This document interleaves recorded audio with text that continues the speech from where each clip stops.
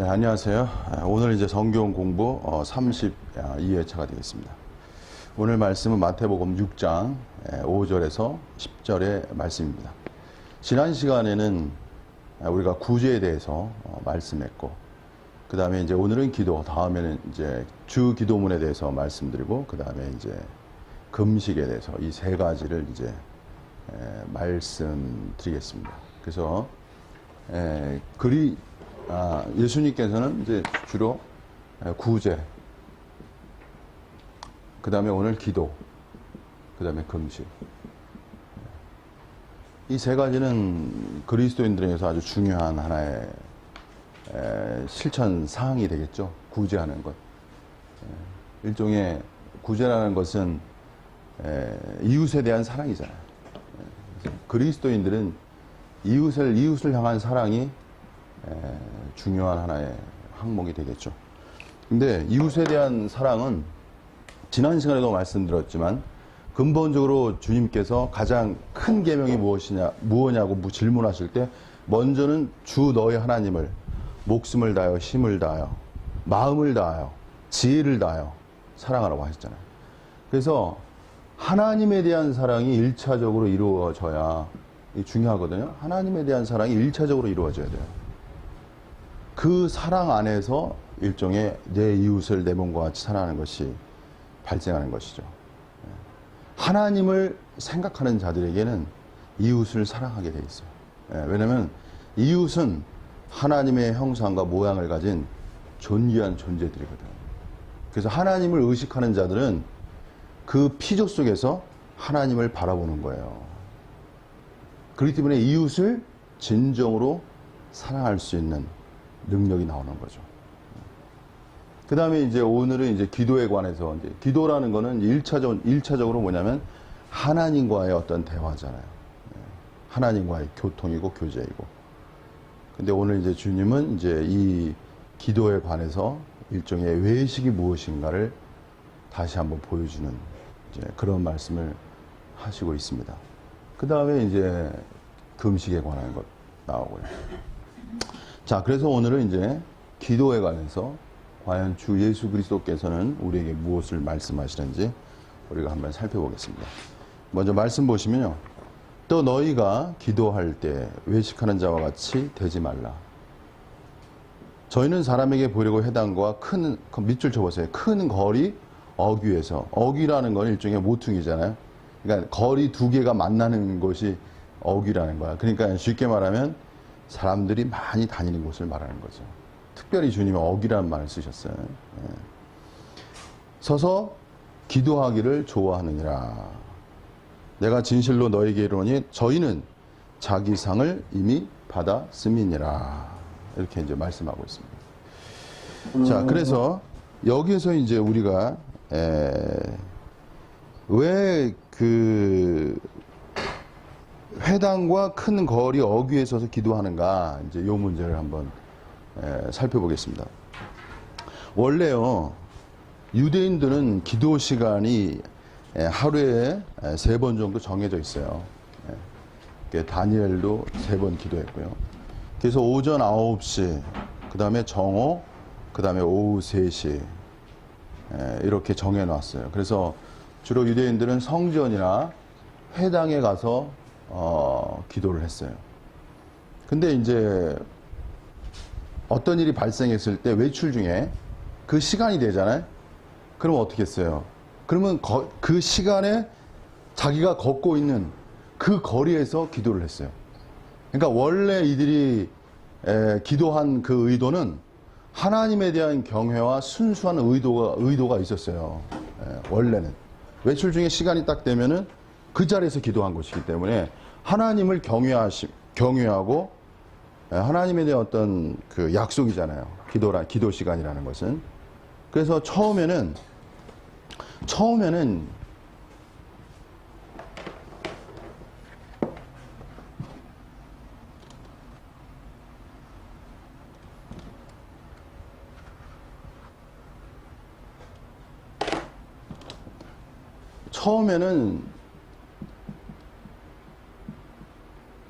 순수해요. 순수성이 있어요.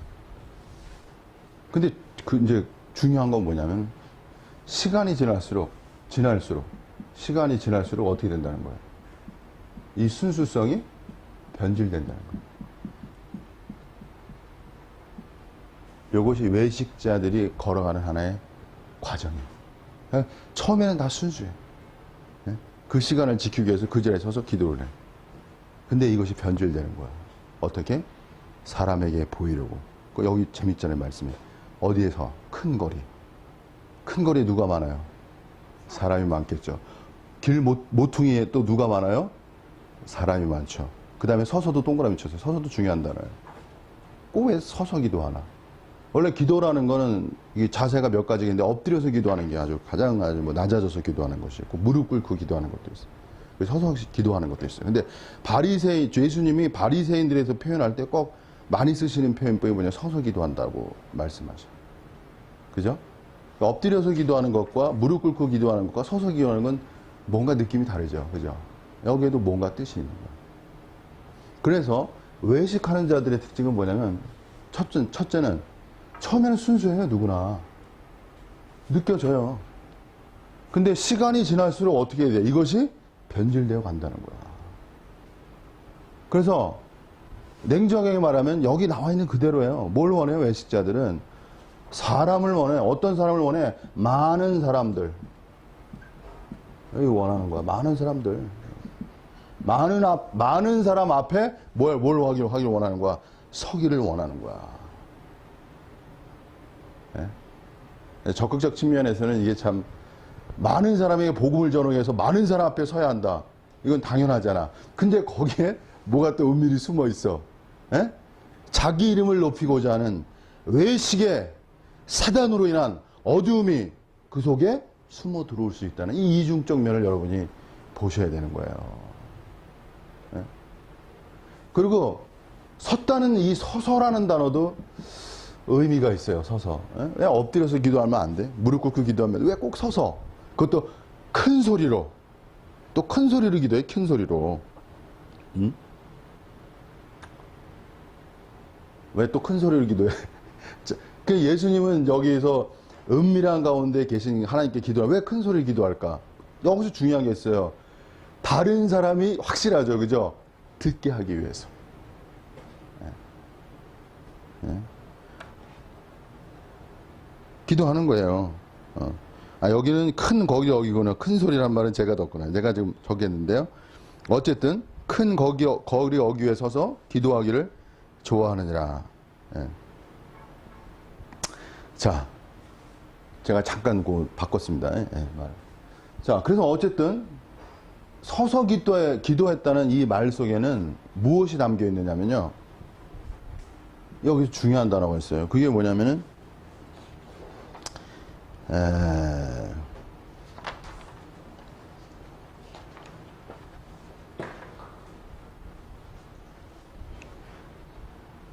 일종의 두 가지야. 서서 기도했다는 건 두 가지 거로. 하나는 첫째 뭐냐.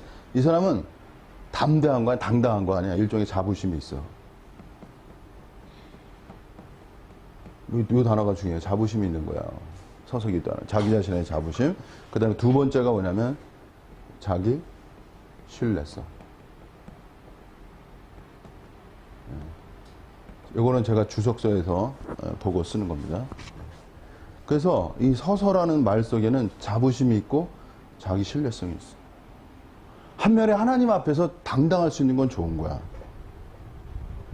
그러나 또 역으로 하나님 앞에서 이 자부와 자기 신뢰성이 있는 건 이게 또 좀 위험 요소가 있지 않겠어요? 자기 신뢰. 그러니까 외식자들은요, 하나님 앞에서 나름 담대한 사람들이야. 당당한 사람들이라고. 근데 우리가 이걸 아셔야 돼요. 그리스도인들은 양면성이 있어야 돼요. 하나님 앞에서 당당하면서도 하나님 앞에서 겸손해야 돼요. 이중적 면을 가져야 돼요. 하나님 앞에서 의인이지만 하나님 앞에서 죄인됨을 동시에 가질 수 있어야 돼요. 그러니까 루터는 훌륭한 말을 했어요. 의인이면서 죄인이라는 동시적 상황을 루터가 말했거든요. 좋은 말씀이에요. 그래서 그리스도인들은 하나님 앞의 태도라는 것은 의인으로서의, 그리스도 안에서의 의인으로서의 당당함이 있어야 되지만 여전히 죄성을 가진 존재로서 죄인됨을 느낄 수 있는 이 이중적 면이 항상 필요하다는 거지. 근데 바리새인들은, 이 외식자들은 뭐예요? 죄인됨을 보지 못한다는 거야. 이거를 주님이 예리하게 꼬집고 계신 거야. 보여주고 계신 거야. 그래서 외식자들은요, 하나님 앞에서 자기가 최고야. 뭐가 최고야? 자기의 지식, 자기의 체험, 이거 자기 최고라고 생각한다고. 근데 중요한 것이 있죠. 미래신학 관점에서. 하나님은 어떤 하나님이야? 무한의 하나님이기 때문에 최고일 수가 없는 거야, 근원적으로. 다시 말하면 뭐야? 하나님에 대해서는 항상 우리는 어떤 자세를 취해야 돼요? 확정적 자세가 아니야. 뭐야? 무한히 추구할 수 있는 미확장적 자세를 취해야 돼요. 그것이 겸손한 거야. 그래서 이단들의 특징은 뭐냐면 하나님을 안다는 것, 체험한다는 거에 대해서 최종화를 시켜. 확정시킨다고. 거기에서 뭐예요? 교만이 들어오는 거야. 거기서 멈추는 거야. 그리고 자기와 맞지 않은 사람들을 어떻게 해요? 정죄하는 것이지. 배타를 가지고. 이것이 하나의 문제가 되는 것이죠. 그래서 우리는 이 말씀을 통해서 경계를 받아야 돼요. 그게 뭐냐면 인간은 처음에는 순수할 수 있지만 갈수록 어떻게 할 수 있다? 변절될 수 있다는 이 관점을 이해하시라고. 갈수록 그래. 진짜 처음에는 순수해. 주님을 사랑해. 모든 걸 다 드려. 근데 갈수록 바깥으로는 다 드린다고 그러는데 속으로는 뭐야? 자꾸 챙기는 거야. 자기 거를. 아예 처음부터 아주 솔직하게 얘기하면 이사람인데 처음에는 아주 순수하게 모든 걸 다 드린다고 그래요. 뭐 저 재산도 필요 없고 집도 사면 안 되고. 근데 시간이 지날수록 어떻게 돼? 뭐 집도 사고, 논도 사고, 밭도 사고, 이 처음과 나중이 다른 거야. 이렇게 만드는 거 누구예요? 배우에. 바로 사단이라는 것이죠. 여러분이 그래서 깨워야 돼요. 그래서 예수님의 이 말씀을 잘 들으시고, 중요한 건 뭐냐면 인간 속에 감춰진 죄성이 무엇인가를 예리하게 여러분이 보셔야 돼서 경계로 삼아야 돼요. 사단의 역사를 인지하지 않으면, 제가 좀 이따가 말씀드리겠지만, 사단의 역사를 격파하지 않으냐면 이 땅에 하나님의 나라가 세워질 수가 없는 거예요, 여러분. 사단은 그렇게 만만한 존재가 아니에요. 거짓으로 오기 때문에. 사단의 전략은 뭐야? 거짓, 위조, 파괴. 파괴도 어떻게 파괴해? 아무도 모르게 파괴한다고. 아는 방식으로 파괴하는 게 아니야. 그리고 사단은 어떻게 해? 선한 것, 진리적인 것, 이런 것을 가지고 거기서 뭘 어둠과 악을 만들어낸다고.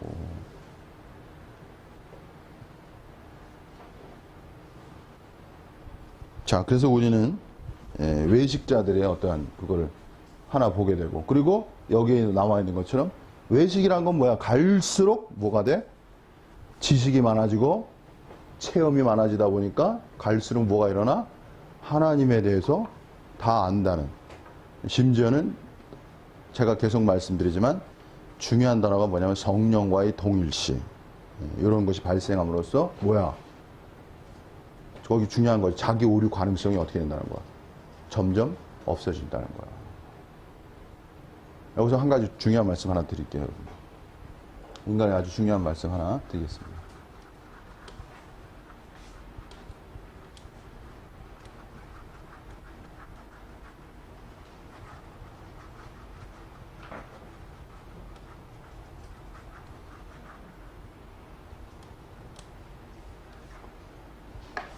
자기의 오류 가능성, 이 사라지면 이게 어디에 걸리냐면요. 그 다음이 중요한 거예요. 자기 오류 가능성이 사라지면요. 이게 편집에 걸려요. 아주 편집중이라고 했을게요. 아마 이렇게 설교하는 사람은 없을 거예요. 자기 오류 가능성에 걸리면 뭐가 돼? 자기 편집증이 일어나는 거야. 근데 이 자기 편집적 내면은 누가 역사하고 있는 거야? 사단이 역사하고 있는 거야. 그러니까 자기 편집증에 걸리면 어떻게 해요? 냉정하게 말하면 자기 세계 속에 갇히는 거예요, 여러분. 그 사람은 점점 뭘 잃어버려요? 보편을 잃어버리는 거라고. 보편성을 잃어버려요. 개별성으로 들어간다고. 이게 거의 이단들의 특징이야, 이단들. 이단들도 다 이런 루트를 다 걸어요. 자기 자체에 뭐가 없어져? 자기 오류성. 그래서 인간이, 단체나 인간이 성장하려면 중요한 단어가 뭐예요? 그게 뭐예요? 회개라는 관점이야. 회개라는 관점은 뭐냐면요. 이게 왜 중요하냐면, 회개라는 관점은 일종의 뭐예요? 자기 비판적 성질을 가지고 있는 거예요. 자기 비판적 성질. 이 자기 비판이라는 개념은 뭐냐면은, 이게 일종의 정화적 관점이야. 이게 진정한 뭐가 돼? 사실은 이게 성결이 되는 거예요, 원래가. 깨끗함이 여기서 오는 거야. 자기 비판을 거치지 않는 순수함은, 예? 사단에게 속임당할 수 있다는 걸 아셔야 돼요. 그래서 예수님의 말씀은 뭐예요? 지금도 계속 말씀드리지만 뭐예요? 오류 가능성을 지적하고 계신 거야. 어디에 오류 가능성? 종교성 속에 있는 오류 가능성을 지적하시는 거라고요. 그래서 여러분, 종교가 극복되어야 하나님의 나라가 오는 거야. 그리고 종교가 가장 거의 강교한 수준이야. 제일 강교해. 왜? 가장 화려하고 가장 빛나는 것 속에 있거든. 그 속에 뭐가 형성되는 거야? 어둠이 형성되기 때문에. 그래서 이게 신의 관점이 아니면 볼 수가 없는 거예요. 그러니까 사단을 이해하려면 이건 뭐야? 거의 성령의 관점을 가지셔야 돼요. 이것이 중요한 요소가 되겠습니다. 그래서 여러분이 자기 오류성에 대해서 이거를 말할 수 있어야 되는 거야. 인간에 대해서. 성경을 가지고 말할 수 있어요. 근데 인간은 기묘하게도, 이상하게도, 이게 사실 뭘 모르는 사람이 자기 오류성에 걸리는 거야, 사실은. 어두운 사람이 어둠에 빠지는 거야, 원래가. 빛이 있으면 어둠에 안 빠져. 사단이 교묘하게. 그리고 지금 이제 영성주의자들에서 또 중요한 구절은 하나님을 다 안다는 구절이 있어요. 히브리서에. 예. 이게 새 언약의 일부거든. 그러니까 하나님을 안다는 것에 빠져가지고. 예. 근데 지난번에도 말씀드렸지만 예수님은 하나님을 다 아셨나요? 아니었잖아요. 이게 놀랍다고 그랬잖아. 예수님도 하나님에 대해서 모르는 부분이 있었단 말이야. 여러분, 이걸 생각하셔야 돼. 그러니까 하나님은 어떤 분이야? 다 알려줄 수가 없는 분이라는 거죠. 이것이 신관이라는 거예요, 여러분. 그래서 신관이 중요한 거예요. 신관이 바로 세워지지 않으면 신앙이라는 게 어떻게 돼? 사단에게 속임당할 수 있어. 그래서 신관을 보는 게 중요해. 신이 어떤 분인가를 보는 게 그렇게 중요한 거예요. 그래서 공부하시는 거예요. 자, 그 다음으로 넘어가겠습니다. 저희는 자기 상을 이미 받았느니라. 6절, 너는 기도할 때 내 골방에 들어가. 또 주님이 이렇게 말씀했죠. 골방까지 들어가. 그 다음에 또 플러스 했어. 뭐예요? 문을 닫아라. 그리고 또 은밀한 단어를 썼어. 얼마나 철저하셔. 골방 자체가 아무도 모르는 데가 아니야. 그죠? 예, 뭐 창고 같은 남들이 주의하지 않는 곳이야. 예? 여기 큰 거리하고 너무나 대조적이야. 그죠? 큰 거리. 어귀에 서서 하고 너무나 대조적이야. 그래서 기도의 본질이라는 것은 뭐냐면은, 여기서 기도의 본질은 뭐냐면 사람을 향해서 기도하는 게 아니에요. 외식자들은 사람을 해서 기도하잖아요. 누구를 향해서 기도하는 거예요? 하나님을 향해서 기도해야지. 이것이 기도의 하나의 본질이죠. 그 다음에 보시면 은밀한 중에 계신 내 아버지께 기도하라. 은밀한 중에 보시는 내 아버지께서 갚으시리라. 하나님은 갚으시는 하나님이에요. 하나님은 보상이 있어요. 여러분의 행동, 여러분의 경건한 삶, 그리고 또 중요한 단어 써보세요. 경건한 삶도 중요하지만 그 하나 더 써보세요. 창조의 삶. 이것도 중요한 단어예요. 오늘 미래신학에 여러분에게 말씀드리고 싶은 것은 경건의 삶을 넘어서 어디로 나가라? 창조의 삶으로 나가라. 오늘 하나님이 창조하신 것은, 하늘과 땅을 창조하셨잖아요. 창조하신 것은 어디로 가기 위한 거야? 새 창조로 가기 위한 거야. 이걸 꼭 기억하셔야 돼요. 이거 나중에 또 말씀드리겠습니다. 그래서 내 하나님께서 갚으시나. 그 다음에 7절 보시면 또 기도할 때 이방인과 같이 증언부언하지 말라. 저희는 말을 많이 하여 들으실 줄 생각하느니라. 이렇게 말했어요. 그래서 이제 기도에 대해서 또 이방인을 비교해서 이제 말씀하신 거예요. 이방인의 기도. 이방인의 기도는 뭐냐면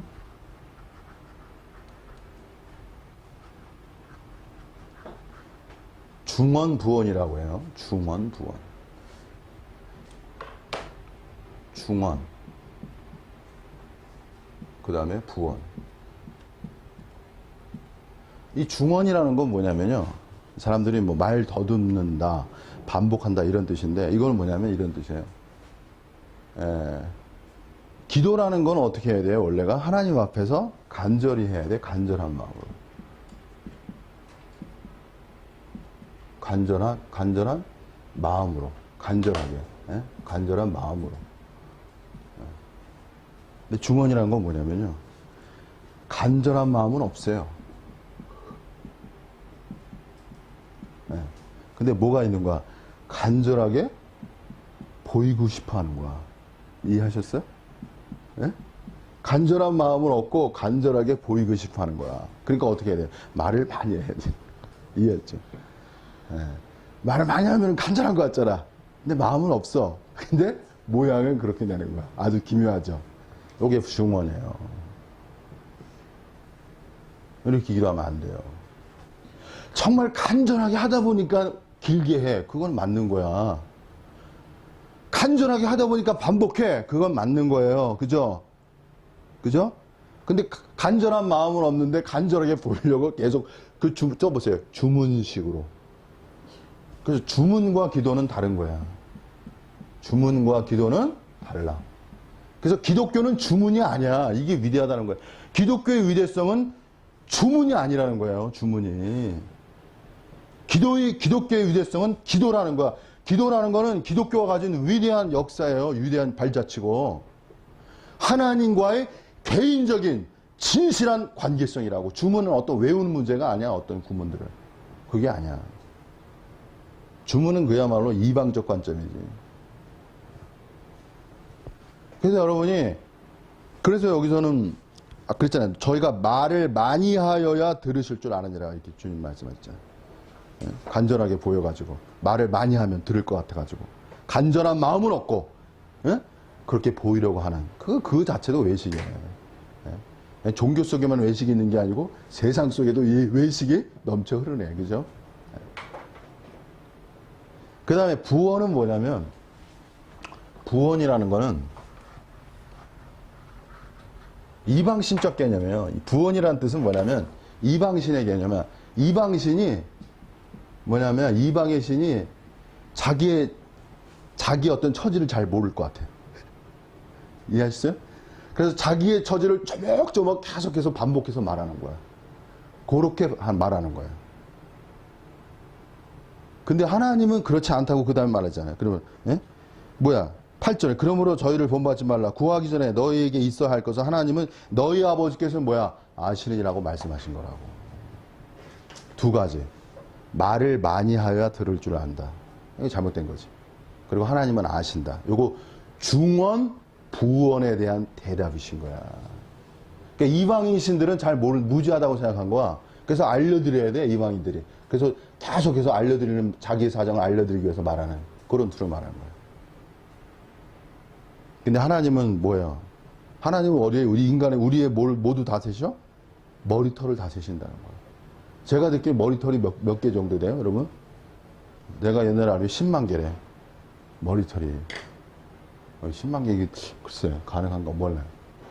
보통 일이 아니야. 그걸 다, 근데 거기가 중요한 게 뭐냐면, 그 성경 원문에 보면 거기 번호까지 세신다는 거야. 1번, 2번, 3번. 원문에 보면 그런 뜻이 있어요. 머리털에 번호가 있어. 1번, 2번.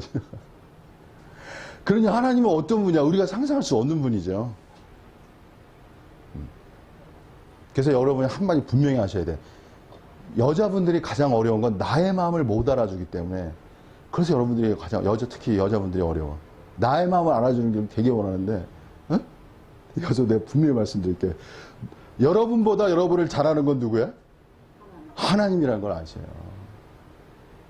아셨죠? 여러분 마음속보다, 여러분 속익보다, 여러분 자신이 하는 것보다 하나님은 여러분 자신을 더 깊이 아신다는 걸 아셔야 돼요.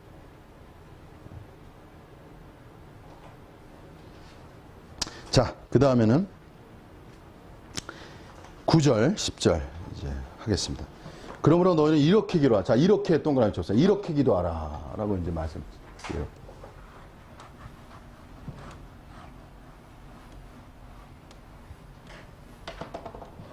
이렇게라는 이제 말, 이제 주기도문이죠, 일종의, 예. 예.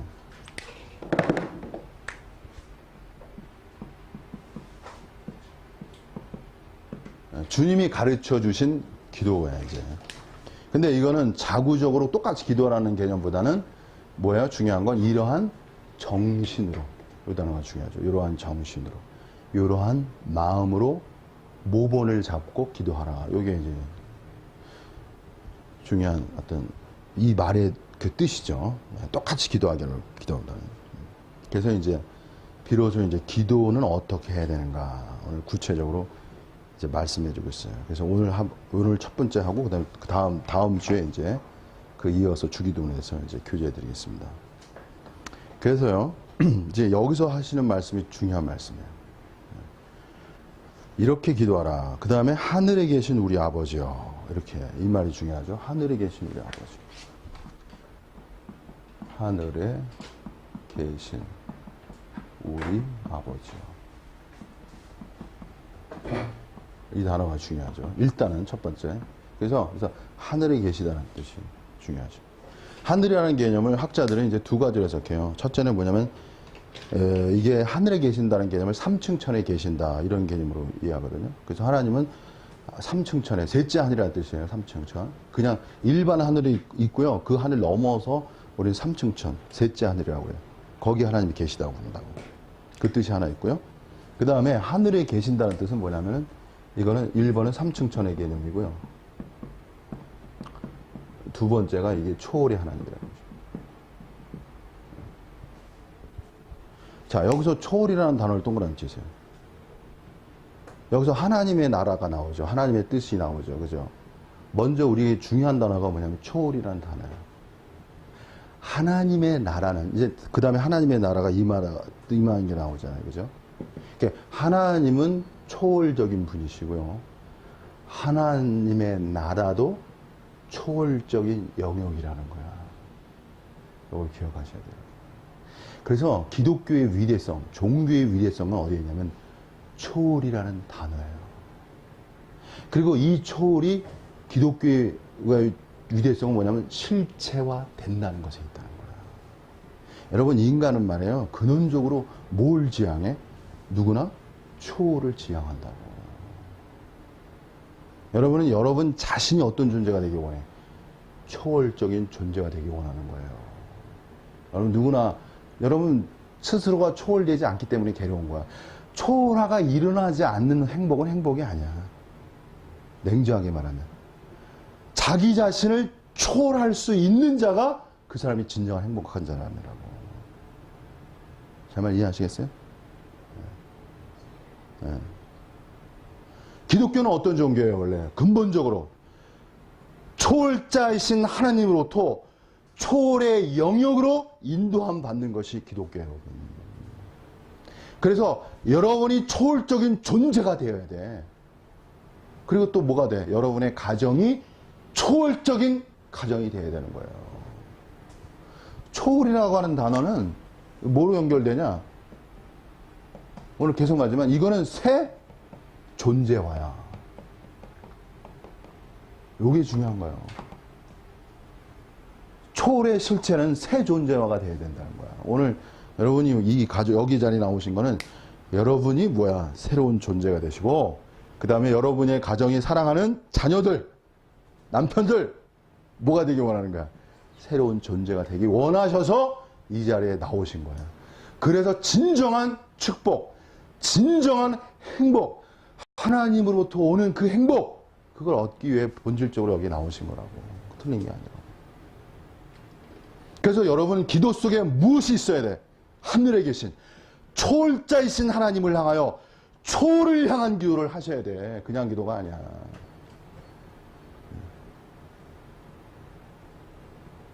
목표가 분명해야 돼. 누구야? 대상이 분명해야 되고 목표가 분명해야 돼요. 대상은 누구야? 하늘에 계신 하나님 아버지. 그 대상이 분명해. 옛날에 이방인들은 이방에 신도 많았답니다. 신도 많아가지고 어떤 신이 구할 수 있는 신 너무 많았어. 이방인들은.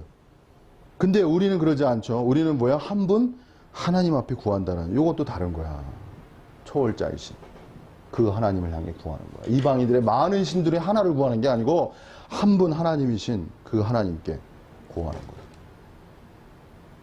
그래서 여러분 이 초월이라는 단어 속에서 여러분이 뭘 들어가야 돼? 소망이 들어가야 돼. 이 소망을 거듭 써보세요. 소망이란, 자, 초월이란 단어가 중요하고요. 요거는 소망인데요. 소망이란 단어는 뭐가 중요하냐? 미래성이란 단어가 중요한 거예요. 여러분, 미래적 존재가 되기 위해서, 하나님에 의한 미래적 존재가 되기 위해서 기도하시는 거예요. 그 미래를 지향해 나가야 돼, 종교가. 오늘 이름이 거룩히 여김을 받으신다고 그랬잖아요. 그 다음에 우리 아버지의 이름이 거룩히 여김을 받으신다고. 첫 번째 먼저 들어가는 거예요. 대상은 하나님이시고 초월자이신. 그 다음에 첫 번째 중요한 제목이 뭐야? 이름이 거룩히 여김을 받으시는 거야. 이름이 거룩히 여김을 받으시는 것은 하나님이 되시는 거예요. 오늘 중요한 원칙은 뭐냐면요, 여러분.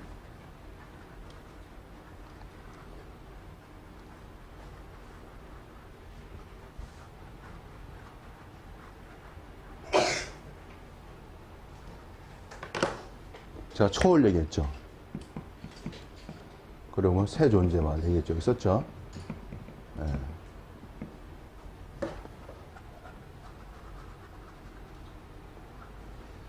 초월적으로 새 존재가 되기 위해서는 선제 조건이 있어요.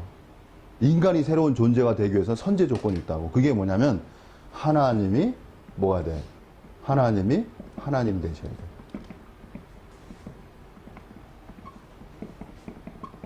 하나님 이름이 거룩히 된다는 건 하나님이 하나님 되시는 거예요.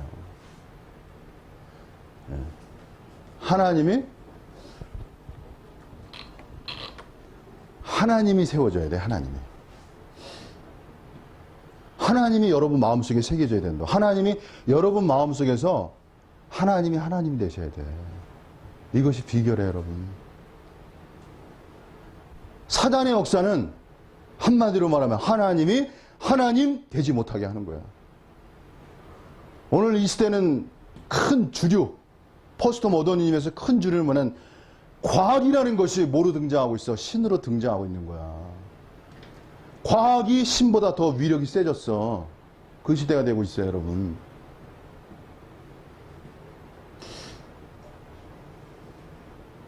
어떤 학생이 만났는데 진화론을 믿어, 진화론을. 창조론이 아니고. 나는 뭐 진화론도 한 면에 이것도 이렇게 말하지만 부분적으로 진화론도 맞는 면이 있어요. 틀린 게 아니에요. 근데 근원적으로는 창조론이지. 창조론, 어떻게 창조는 진화라는 자체도 말도 안 되는 거야. 왜? 시작이 있을 거 아니야, 시작. 시작은 진화점이 아니야. 창조점이지. 논리적으로 얘기하면. 제 말 이해하시죠? 시작점은 아무래도 시작, 어떻게든 계속 앞으로 가면 시작점이라는 게 있을 거 아니야. 시작점은 창조점이, 진화적 관점이 될 수 없어. 진화라는 것은 창조 이후의 관점이 논리적으로 맞는 거야, 원래가. 근데 문제는 진화론을 주장하면서 곁들여 오는 거잖아. 창조론이 아니라고. 그 무신론적 관점이라고. 근데 과연 이게 중요한 거야. 무신론이다, 유신론이다 중요한 게 아니야. 여러분들이 이런 걸 생각해야 돼요. 내가 유신론이야, 무신론이야. 이게 중요한 게 아니라고. 뭐가 중요해요? 네가 무신론이라고 할 때 발생하는 어둠에 대해서 생각해 봤냐. 이게 중요한 거라고, 여러분. 이걸 갖고 얘기해야 돼요. 신이 없다고 말할 때 네가 얻는 부정적 요소가 뭐야? 이걸 사유해야 된다고, 여러분. 이게 진짜 본질의 문제예요. 왜? 신은 보이지 않기 때문에 무신론도 할 수 있어. 무신론도 네가 생각할 수 있어. 그러나 신이 없다고 할 때 그 결과가 뭘까에 대해서 깊이 고려해야 돼. 이걸 말해야 되는 거예요, 여러분. 그래서 여러분 생각해 보세요. 하나님이 하나님 되시면 어떤 일이 발생할까? 오늘 이 자리에 나온 건 여러분이 하나님이 하나님 되게 하는 거야. 저는 이렇게 생각해요. 하나님이 하나님이 되면요, 사람이 되는 거야. 그리고 만물이 중요한 단어가 있어요. 만물이 새로워지는 거야. 여러분이 하나님이 하나님 되시면요, 여러분의 좀 추상적인 말이죠. 모든 것이 새로워져. 이게 하나님이 하나님 된다는 말을 풀어야 되는데 오늘 다 풀 수는 없고. 그래서 하나님은 어떤 분이냐면요. 여러분 써보세요. 하나님은 늘 새로운 분이라는 거야. 이게 중요한 거야. 하나님이 늘 새롭다는 건 뭐냐면 여러분이 하나님을 늘 새롭게 인식해 갈 수 있다는 거야. 그래서 하나님을 새롭게 인식해 갈 때 여러분이 새로운 존재가 된다고.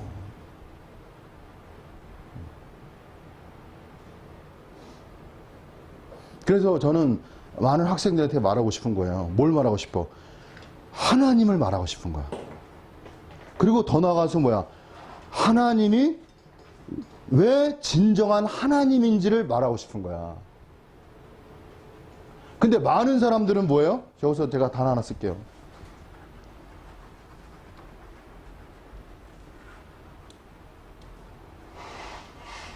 많은 사람들은 어떻게 생각하냐면 하나님이라는 개념도 이게 많은 종류가 있어요. 종교의 하나님만 생각해.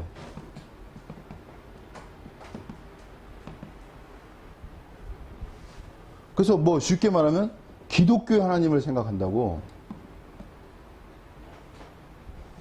그럼 저는 이렇게 말하죠. 기독교의 하나님이 하나님 맞아요.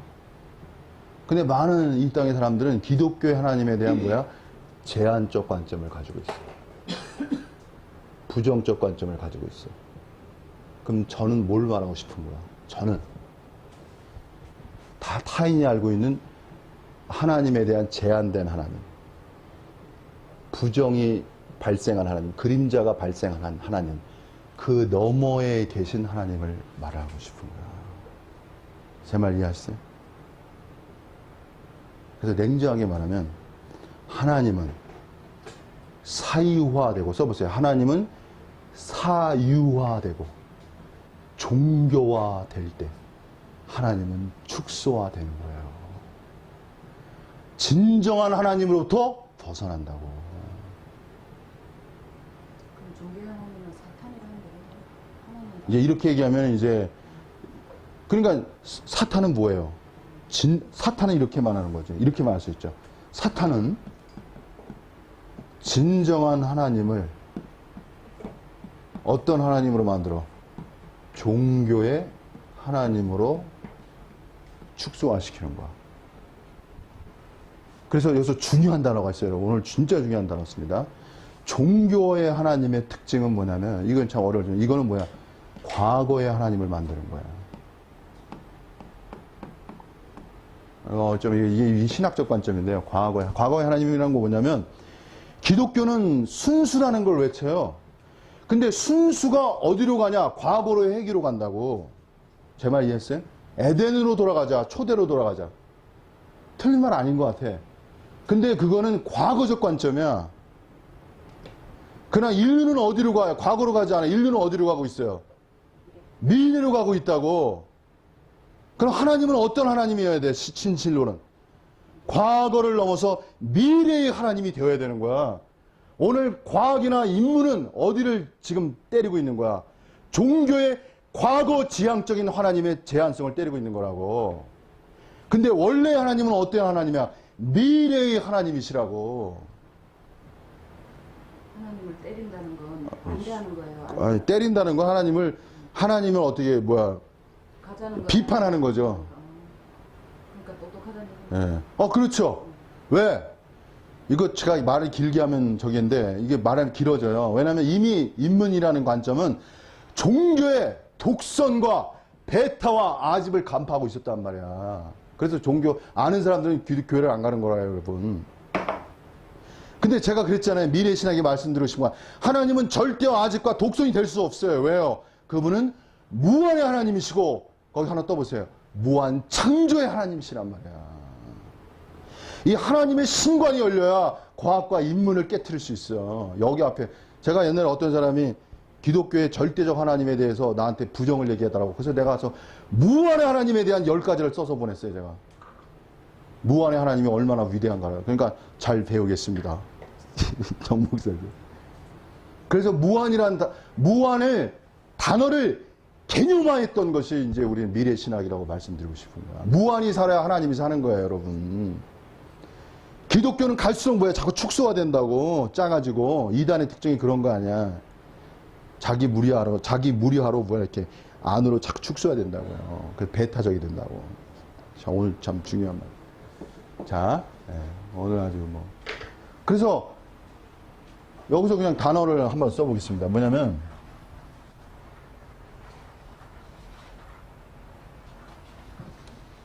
예를 들어서 에덴으로 돌아가자.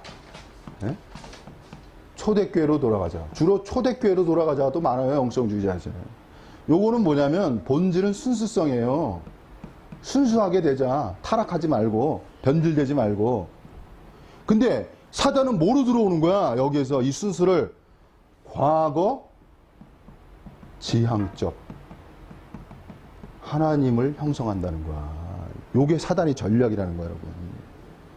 과거 지향적일 수 없죠. 그러니까 뭐 루터와 칼빈 시대의 그 부흥으로 돌아가자. 순수해요. 슬로건은. 본질은 뭐야? 과거 지향적 사상이 숨어 있어. 누가 노리고 있어요? 사단이 노리고 있는 거야. 기독교는 아니에요. 기독교는 순수해야 되지만 어디로 나가야 돼? 미래로 나가야 돼요. 미래란 단어가 그래서 중요한 거야. 미래란 단어는 뭐로 바꿔야 돼요, 여러분? 미래라는 거는 무한 새 창조의 역사로 나가야 돼요. 이 단어가 중요한 거예요. 신으로 인한. 그래서 여기서 하나님의 나라가 임한다고 그랬잖아요. 하나님의 나라가 임하는 것은 뭐냐면 구체적으로 뭐냐면 새 창조가 이루어지는 거야. 여러분 실제적으로 여러분이 새 창조가 되셔야 되고요. 누가 새 창조해야 돼? 여러분의 가족이 새 창조가 돼야 돼. 그것이 나라가 임하는 거예요. 실체적으로. 그리고 여기서 이제 마지막에 뜻이 하늘에서 이룬 것 같이 땅에서도 이루어지다. 이렇게 말씀했잖아요. 자, 중요한 건 뭐냐면 이미 하나님은 뜻을 이루었어요, 안 이뤘어요? 다 이루었다는 거죠. 기독교의 역사라는 것은 하나님의 완전 성취야. 하나님은 뜻을 이루었어. 십자가로. 예수님의 십자가로 인해서 다 이뤘다고 말씀했잖아요. 그 십자가상에서. 그죠? 그래서 뜻이 하늘에서는 다 이뤘어. 근데 중요한 건 뭐야? 이 지상에서도 뭐야? 이루어져야 돼. 근데 중요한 요소가 하나 있어요. 여기서 지상에서 이루어지려면 누구의 동력이 필요한 거야? 인간의 동력이 필요한 거야. 하나님의 본질적 역사. 이게 필요하고요. 그 다음에 인간의 동역적 역사가 필요한 거예요. 하나님의 본질적 역사가 없이 인간이 동역한다? 이건 이단이 되는 거예요, 여러분. 그래서 하나님의 본질적 역사 속에서 인간이 거기에 뭐라고 써야 돼? 참여하는 거예요. 그래서 여러분 일어나가야 돼요. 그래서 저는 여기서 오늘 여러분에게 먼저 말씀드리고 싶은 건 뭐냐면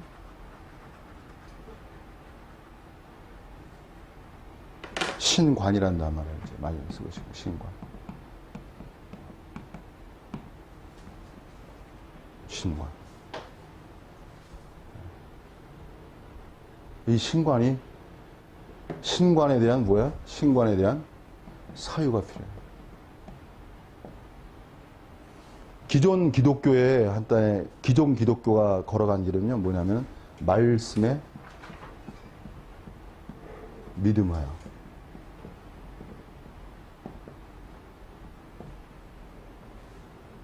근데 왜 신관의 사유가 필요하냐면, 두 가지가 있어요. 사단이 존재하는데요. 사단은 1번, 2번이 있어요. 그게 뭐냐면, 하나님의 위조화를 시켜. 그리고 말씀의 비진리화를 시켜. 이 두 가지를 사단이 해하고 있다고.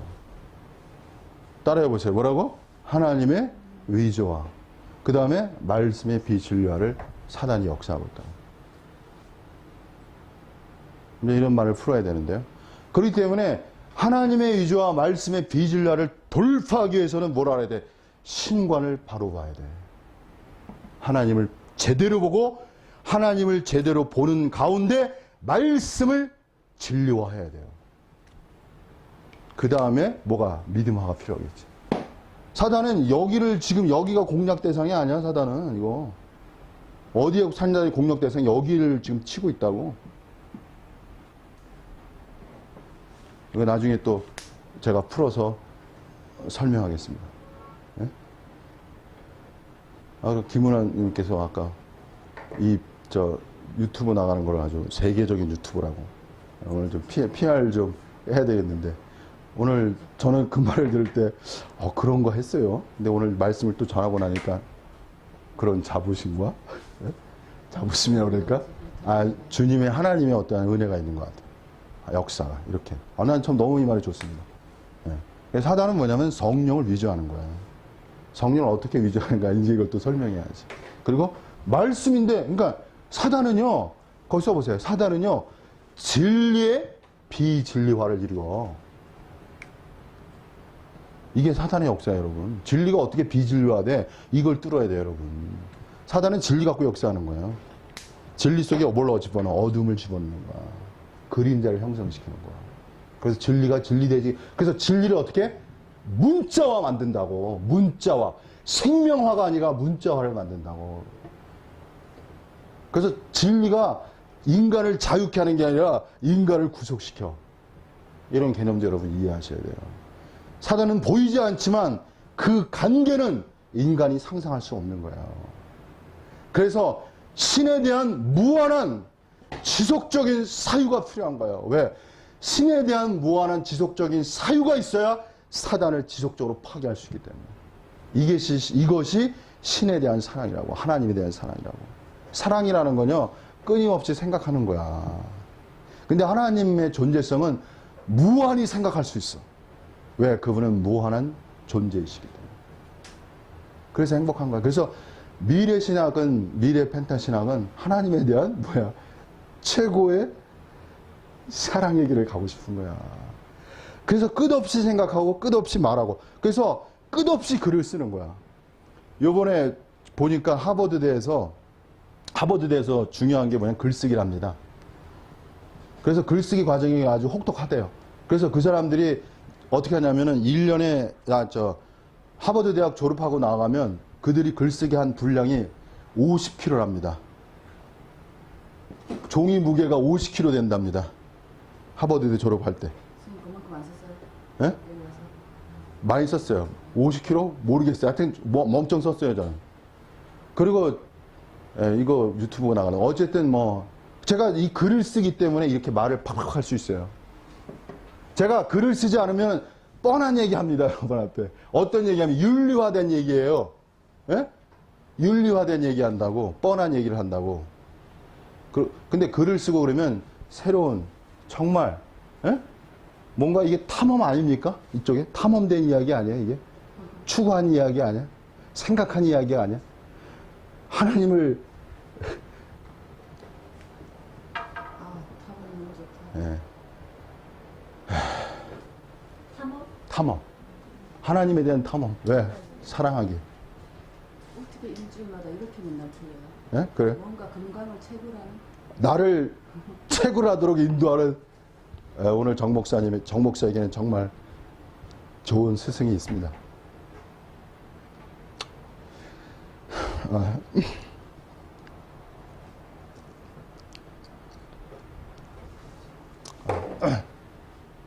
하나님의 인도라고 했어요.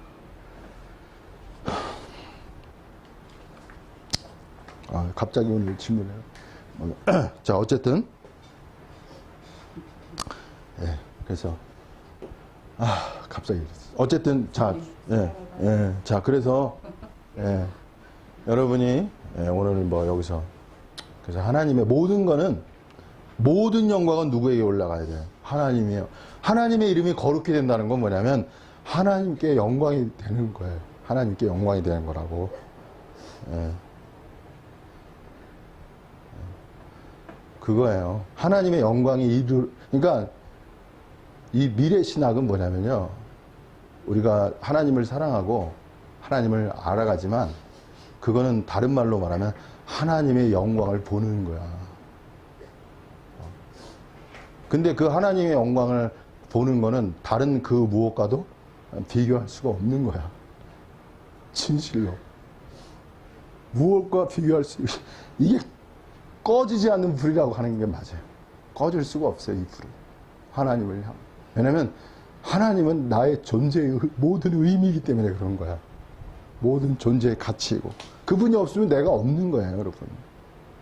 내가 살아있다는 거는 끊임없이 하나님을 사랑하고 추구하기 때문에 그 과정, 그 과정이 내가 존재한다는 거야. 그것이 살아있다는 증거예요, 여러분. 그래서 저는 모든 영광은 하나님께 돌리고 싶고, 그래서 하나님이 이제 마치면 하나님이 하나님 되게 함으로, 예? 하나님의 이름이 거룩해 되고 하나님의 나라가 세워지고, 하나님의 나라가 세워져야 하나님의 뜻이 이 땅에서 이제 완전히 성취하는 것이죠. 작지만 포부는 엄청 큽니다. 그러한 길을 저는 가고 싶고, 나는 여러분도 같이 가고 싶다, 가고 싶은 마음이 있으리라고 믿습니다. 감사합니다. 여기서 마치겠습니다.